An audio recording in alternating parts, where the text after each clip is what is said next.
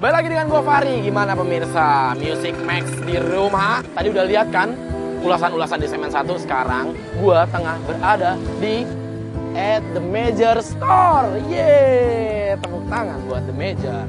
Dan kita di segmen kedua kali ini akan membahas lebih panjang lagi tentang Endah and Reza.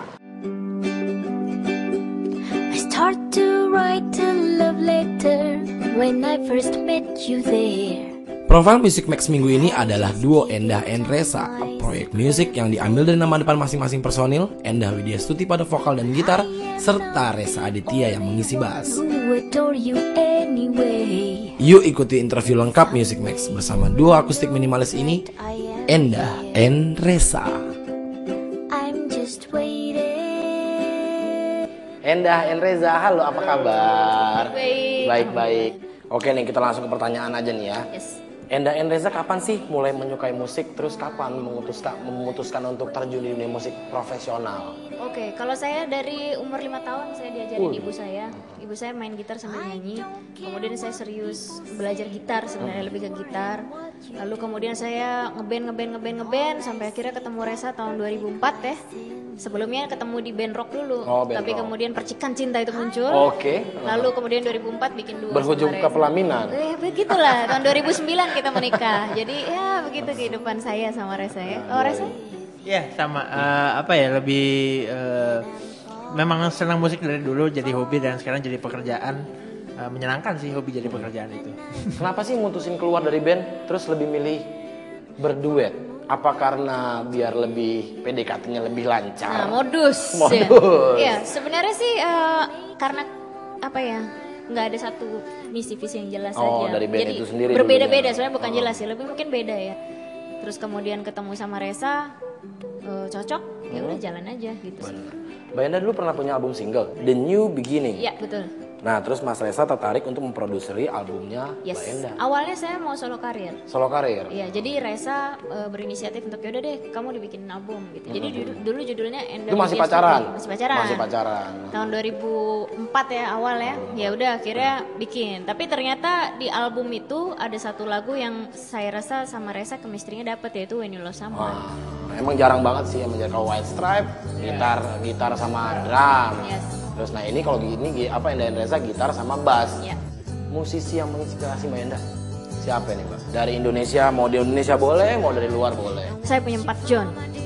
John Mayer, Joey, John Butler, John Frusciante, sama John Lennon. Bukan. Oh bukan. Nyaris, dikit lagi. Nyaris.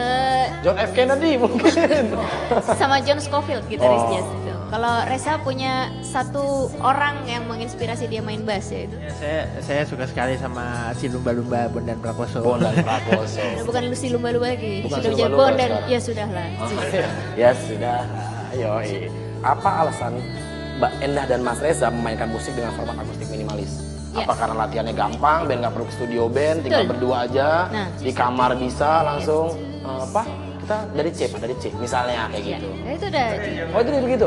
Oh seperti itu jawabannya. Berarti saya yang jawab ini ya. Kali ini saya yang jawab. Oke banget. Nah terus ini pernah ngerilis album real life. Apa sih kendala-kendalanya? Kan katanya waktu itu recordingnya secara live semuanya. Nah itu apa kendala-kendalanya? Waktu itu eksperimen aja sebenarnya. Kita pengen coba kalau kita rekaman live tuh kayak apa dengan kondisi kita di kamar ya. Mungkin kalau ke youtube.com/endahandreza di situ ada Endah and Reza lagi di studio. Nah silakan lihat.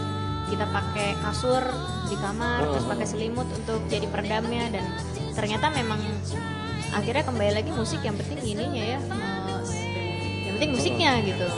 Waktu dari pacaran ngeband, terus menikah, ada nggak sih yang mempengaruhi hubungan pekerjaannya? Setelah menikah apa semakin tambah kreatifnya atau gimana? Ya sebelum menikah tuh Nowhere to Go yang beneran, maksudnya yang bukan itu yang repackage itu sudah keluar kan? Udah keluar. Itu 2009. Nah itu kita merasakan perbedaan antara si album Nowhere to Go dan album Look What We Found, album kedua kita. Itu album Nowhere to Go kita belum menikah, Look What We Found sudah menikah. Penggarapannya cepat sekali. Malah makin kreatif berarti. Malah makin. Kalau pemirsa di rumah tuh, kalau punya pacar yang musisi juga, penikahin aja langsung. biar tambah kreatif. Bener bisa begitu. Terus album terakhir kan Look What We Found. Nah terus We Found, terus kapan nih album barunya? bakalan keluar, ada bocoran kira-kira kapan? Pengennya sih tahun ini ya. Tahun ini. Secepatnya. Udah ada beberapa materi yang siap, tapi konsepnya masih harus dipikirkan. Ada beberapa konsep, tapi kami harus cari memilih konsep yang lebih tepat. Karena kami itu nggak mau mengeluarkan album yang isinya cuma lagu-lagu aja. Jadi kami pengen bikin satu konsep, benang merahnya apa, terus kita pikirkan kira-kira nuansanya seperti apa, dan kita bikin yang seperti itu gitu. Nah, lagu-lagu Enda Reza kan nih judulnya aja udah unik nih. Ada Uncle Jim, Living with Pirates, lalu Thousand Candle Light Up. Nah, ada nggak sih di balik lagu ini apa sih cerita-ceritanya kok bikin lagu dengan judul itu, terus juga lirik-liriknya? Jadi memang setiap lirik yang kita tulis ya bercerita gitu. Kayak misalnya Uncle Jim ya cerita tentang seorang anak yang dia bersahabat dengan pemain biola bernama Uncle Jim. Tapi kemudian Uncle Jimnya nggak ada, meninggal dunia, dan anak ini jadi sedih sekali gitu. Proses ngebuat lagunya tuh gimana sih? Apa lirik dulu yang dibuat, baru instrumen, atau instrumen dulu, baru lirik dimasukin? Cerita dulu, Cerita dulu. konsep ceritanya dulu ya. Jadi ceritanya kita misalnya cerita tentang wanita cantik berbikini di pantai gitu. Oh gitu. Saya bikin ritme gitu.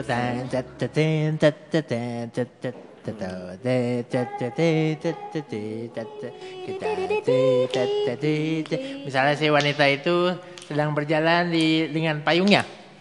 I'm walking with my umbrella and I'm swimming in the sea. Oh gitu, pemirsa tuh. Ya. Gila.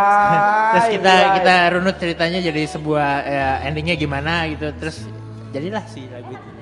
Di mana sih tempat paling kreatif dan paling memberi inspirasi buat bikin lagu tuh di mana? Kalau saya sih sebenarnya di mana aja, tapi saya mungkin butuh kalau bikin lirik atau lagu butuh keheningan Oh, sih. butuh nih. Iya, dan itu biasanya ada di kamar mandi. Oh, di kamar mandi. Kalau kita nih berhubung tinggal di Jakarta dan macet, jadi kita banyak waktu banget di mobil. Oh, di mobil. Jadi 2 jam bisa 2 jam 3 jam kan kalau macet di Jakarta. Tapi itu memberikan kita inspirasi sih. Bikin tentang ini yuk, jadi gitu. Ukuran sukses dari Enda Reza itu apa sih? Ukuran kan ada orang sukses itu punya rumah. Menurut Enda Reza tuh gimana? menurut kita sih sukses itu adalah kalian mengerjakan apa yang kalian suka dan dibayar. Itu sukses. Iya.